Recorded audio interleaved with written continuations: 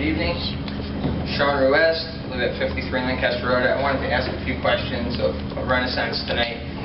I was trying to do the math.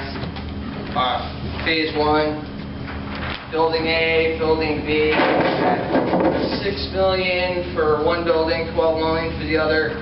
Then I got this $25 million number. That's the parking garage. Are you guys paying for part of that, or is the state paying for that? Or?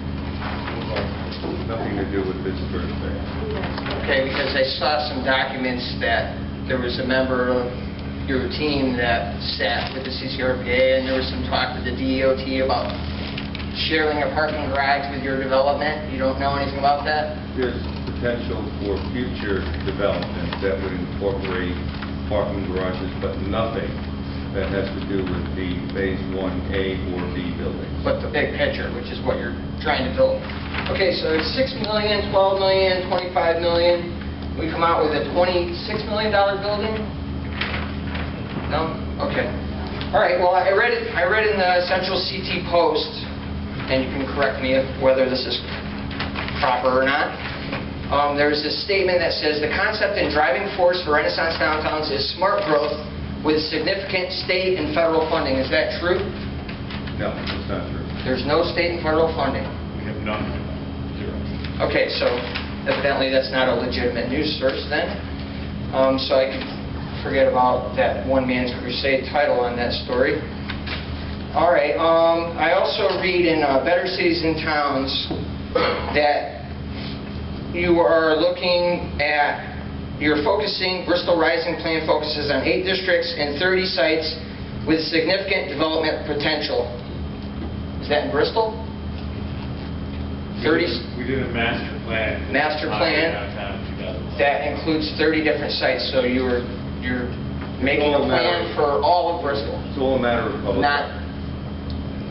Okay, so We can give you the master plan. We'd be happy to provide it. oh, I know about that. All right. It also says in the same article that what was it, page 4? It says it is a 200-acre site that you're working on. It also says that you solicited private property owners to put this plan together. Is that true?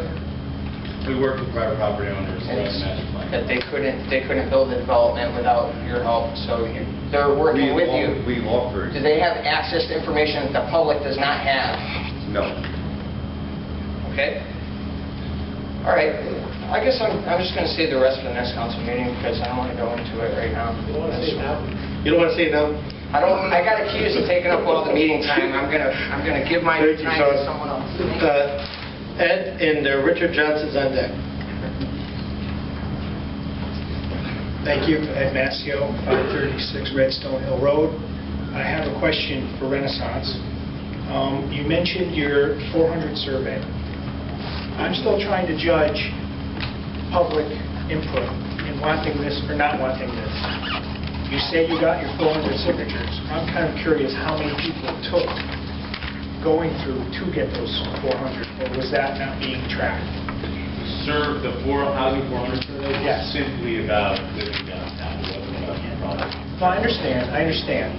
But that, I think, is the basis of some of what you're proposing, correct? Living downtown? Some of the residential drive. Sure. So you say you got the 400 people in your survey. I'm just wondering how many people it took to go through to get those 400. Well, it was just based on Bristol Rising members at the time. Okay.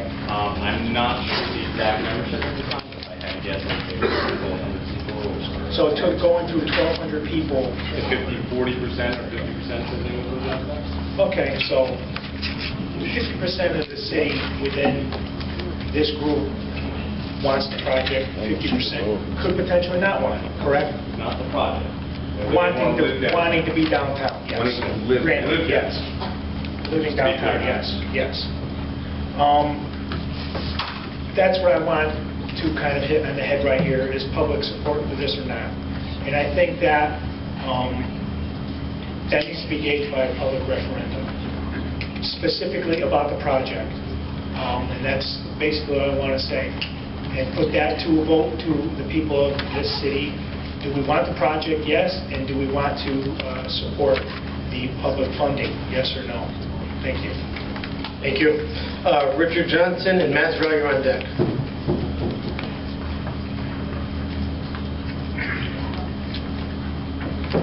Richard Johnson, 54 Primrose Lane. I didn't come with a script. I wasn't even going to speak, actually, but I put my name down just in case. And I saw the presentation. I came open-minded. And I saw nothing in the presentation from Renaissance that justified the city coming up with $12 million on top of $8 million that we already spent. So that means we'll have a $20 million investment. And I don't know, I'm not a sharp businessman or anything, even though I spent 40 years in retail. But it looks to me like we're going to have $12 million to help fund this one building, and they're going to have a $2 million investment. Now, is that $2 million that they already spent, and they're just going to coast through? It sounds like something's wrong with that picture to me, and I'm not going to try to analyze it. It just doesn't look right. The other thing that I got out of their presentation is a losing project. Is it ever going to be profitable, or is it going to be perpetually losing? And who's going to underwrite it in the future? Building B is $12 million to the taxpayer. Building A is $6 million to the taxpayer. So that means when we go to another building, whether we start with A or B, are we going to be into it for $18 million? And what happens when this thing rolls out further down the road?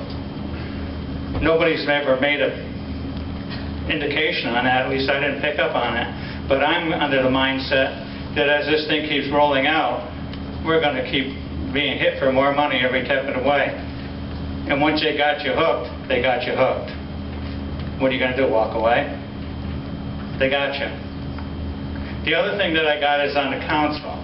Now, I respect all of you people, and I thank you all for your services, and you're all dedicated, and each and every one of you is sincere about the best interest of the city. I'm convinced of that.